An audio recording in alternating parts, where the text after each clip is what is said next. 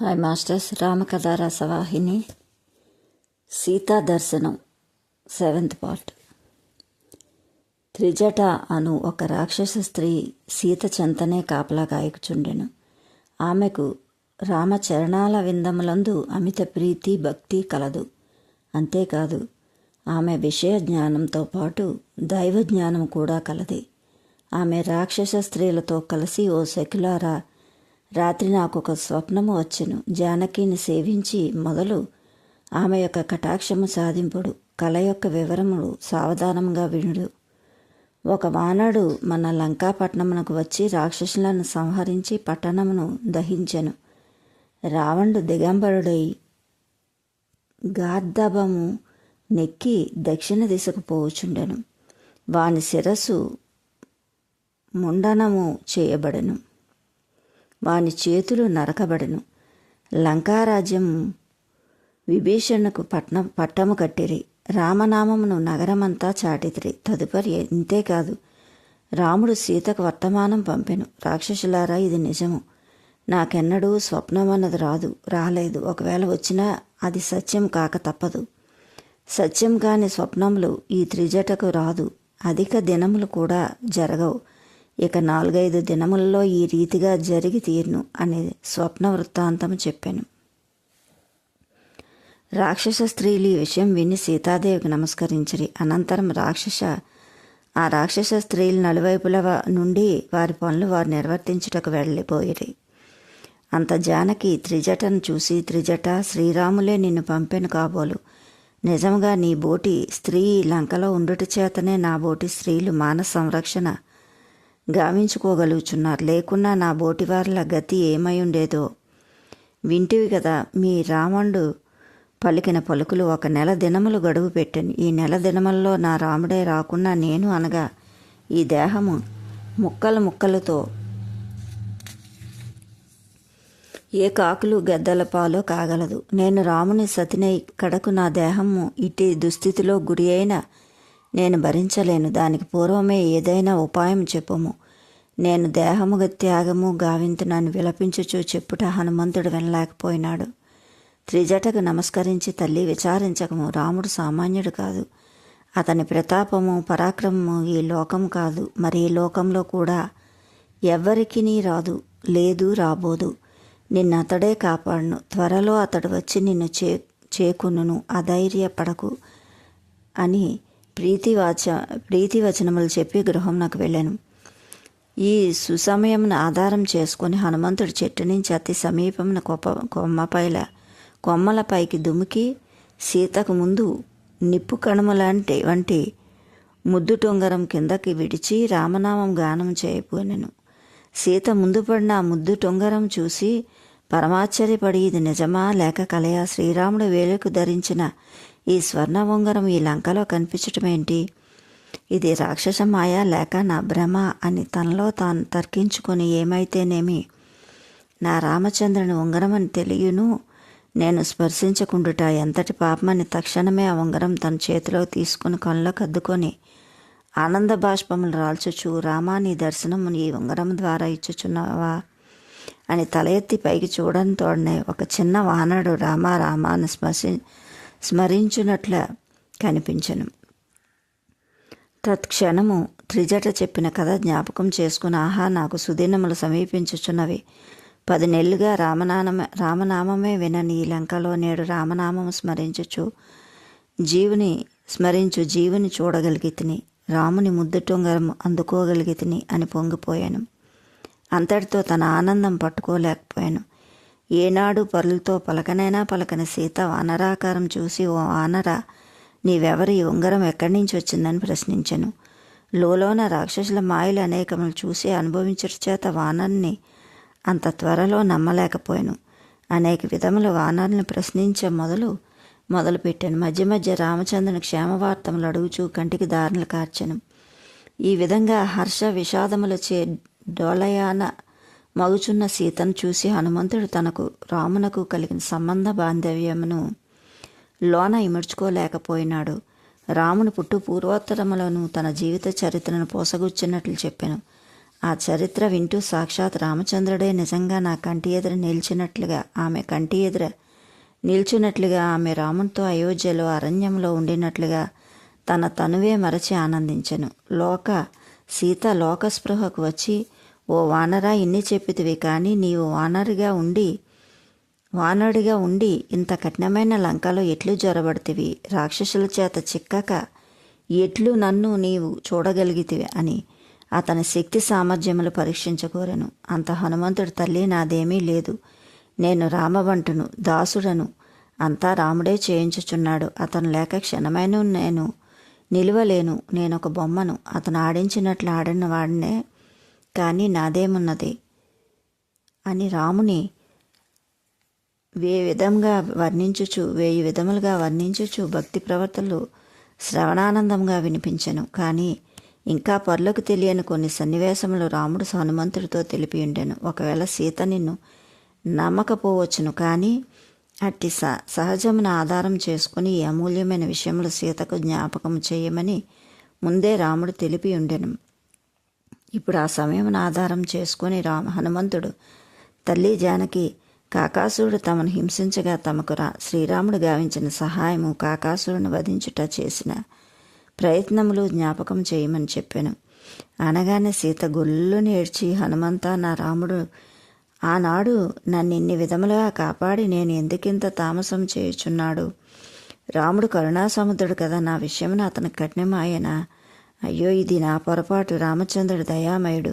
లోకనాటకం తాను చేయవలసిన రీతిగా తాను చేసి చూపించుచూ చేయవలసి వచ్చినది. కానీ హనుమంత, నీవు సామాన్యుడివై ఉండవు. సామాన్యులతో రామచంద్రుడు ఇంత గాఢమైన స్నేహము చేయడు, తన అంగుళీకం పంపడు. నీవెంత అదృష్టవంతుడు. ఒక తూరి నీ పూర్ణ రూపం చూపమని కోరాను. హనుమంతుడు కిందకి దిగి సీత ముందు చేతులు జోడించి మహాకారమును చూపగానే సీత జడిసి, ఇది కేవలం రాముని మాయా అని తలంచి కన్నులు మూసుకొను వెనక్కు తిరిగాను.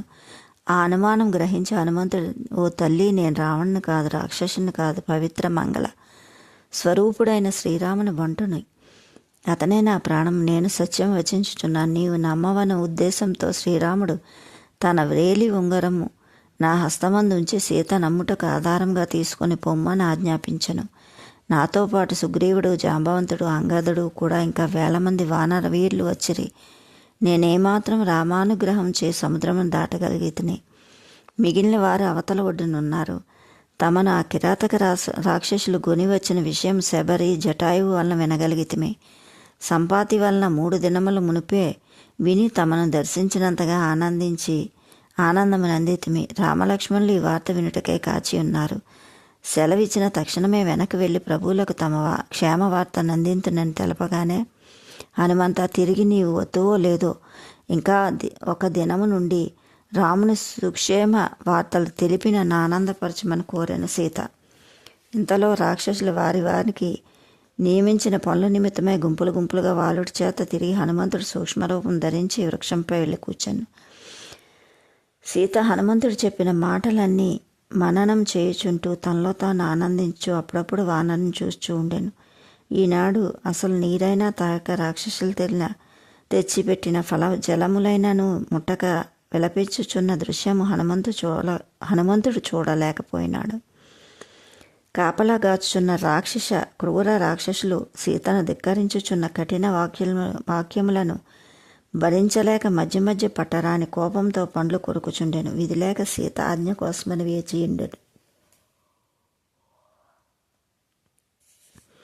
కొంతసేపైన తరువాత సరమ అనగా విభీషణుడి భార్య తన కుమార్తె అయిన త్రిజటతో వచ్చి సీతకు నమస్కరించి అమ్మగారి క్షేమ వార్తలను విచారించిరి. వారు సీతకు అనుకూలులు అగుట చేత త్రిజటకు వచ్చిన కల నిజమని సీత వానరుడు వచ్చిన వృత్తాంతం తెలిపెను.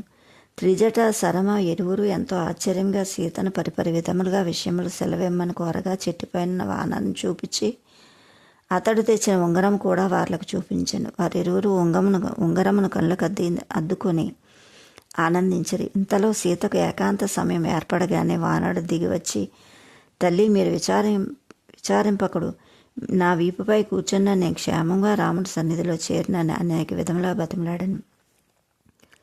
అందుకు సీత, హనుమంతా, నీ పలుకులే నన్ను ఎంతో ఆనందపరుచున్నవి. విహార సముద్రంలో మునిగిపోచున్న తప్పించుచున్న నాకు నీ తీయని ఆదరణ పలుకులు పడవల వలె సహాయం గావించుచున్నవి. నేను పరమపురుషుని అంటనన్న విషయం నీకు తెలుసును కదా. పరపురుషుణ్ణి అంటనన్న విషయం నీకు తెలియదా?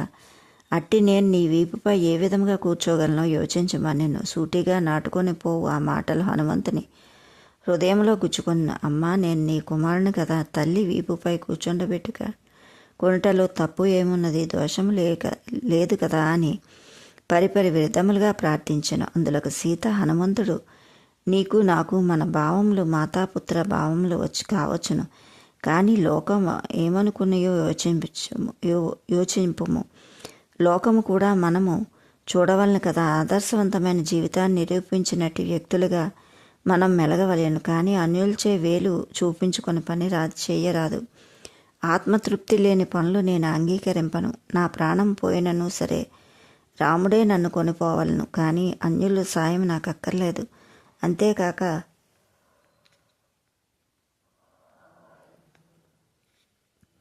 నన్నింతటి రీతిలో బాధపెట్టిన ఈ కిరాతకుని హతమార్చుటకు నా రాముడే సరే. అతనే ఈ లంకకు వచ్చి రాముడిని చంపి సీతను చేపట్టుట ఒక పరాక్రమం. రావణుడు దొంగవేషంలో ధరించి మోసపుచ్చి నన్ను తెచ్చెను. రాముడు ధర్మస్వరూపుడు, నీతి నియమములు పాటించేవాడు, సత్యవాక్ పరిపాలకుడు. అట్టి రాముడు కూడా తన దూతను పంపి రావణునకు తెలియకుండా సీతను తెప్పించుకొనన్న వార్త శ్రీరాముడు కీర్తినివ్వదు. ఇట్టి పనికి పూనుకొనుట రామద్రోహం కాగలదు. కాన మోసపు మార్గము కానీ టక్కరి చర్యలు కానీ మనం అవలంబింపకూడదు. రామ గౌరవం మన ప్రాణము, రామకీర్తి మన హృదయ మూర్తి. వాటిని కాపాడినట్లు పనులు చేయటం మంచిది. నీ వాక్కులు నాకంత తృప్తి చేకూర్చుటలేదని హనుమంతునికి వాక్కులు నిరాకరించిన సీత వాక్యములు హనుమంతుడు ఎంతయో సంతసించి సీత యొక్క గుణగణములు తనలో తాను కీర్తించుకొని ఆనందించి, తల్లి నన్ను క్షమింపు, తమ బాధలకు శ్రీరాముడు విరహం కాదండు, కల్టారా చూసిన వానరుడవుట చేత ఎంత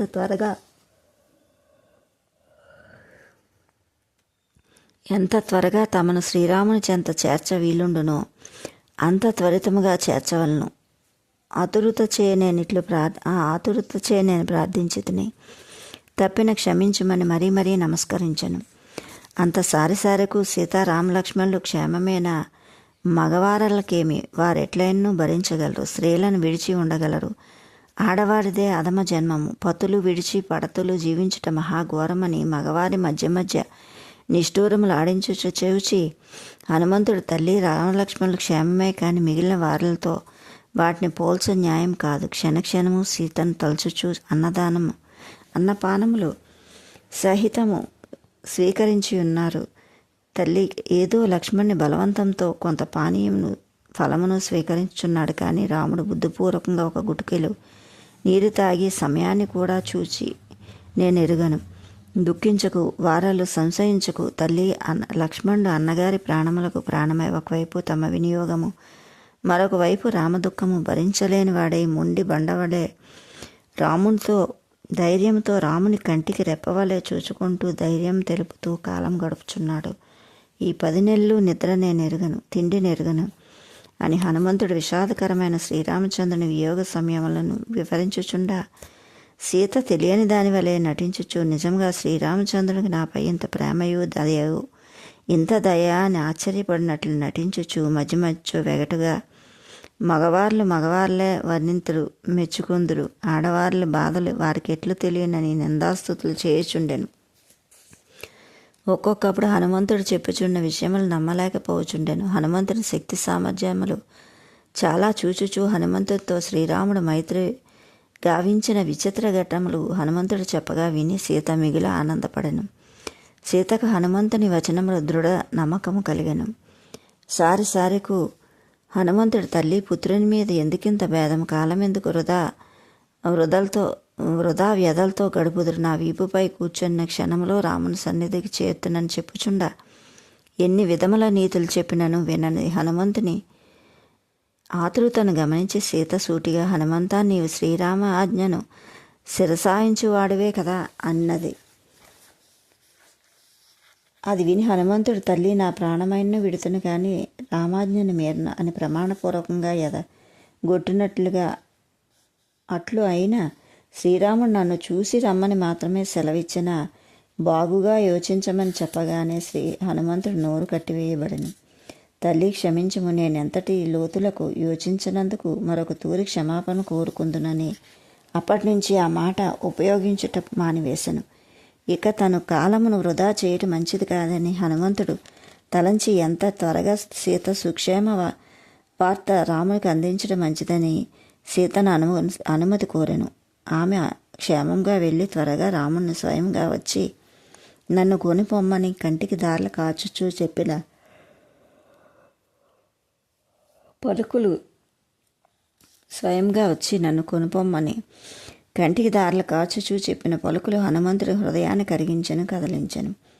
అంత హనుమంతుడు తల్లి అతి శీఘ్ర కాలంలోనే వానర సైన్యంతో రామచంద్రుని లంకను ముట్టించి రాక్షసులను హతమార్చి తమకు అయోధ్యను చేర్చుకుని వాగ్దానం అనర్చను. అంత సీత, హనుమ, వానరులు సామాన్యులు. ఈ బలమైన రాక్షసులను సంహరించగలరా? ఇంత మాయాశక్తులు కలిగిన ఆ రాక్షసులు రామలక్ష్మణులు ఇరువురు ఏమి చేయగలరు? ఇది కలలోని వార్త. కడకు నా ప్రాణములు కోల్పోటే అగును. మిమ్మల్ని ఇంతమందిని యుద్ధములో చంపుట కంటే నా ప్రాణములు వీడుట మంచిది అని విలపించుచున్న సీతను చూసి, అమ్మ సీతామాత, తమరన్నట్లు భావించవలదు. నేను రామదూతను. అతని నామంచే కదా నా సర్వ బలముగా తలంచిన వారము. రామనామం తప్ప అన్య ప్రాణములు మాకు లేవు.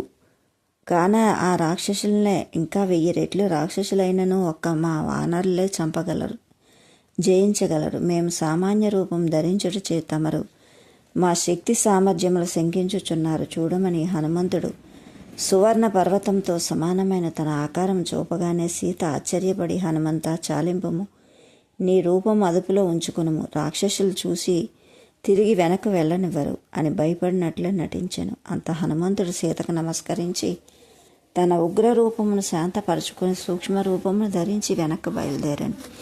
సీత యొక్క okay masters, like, share, subscribe.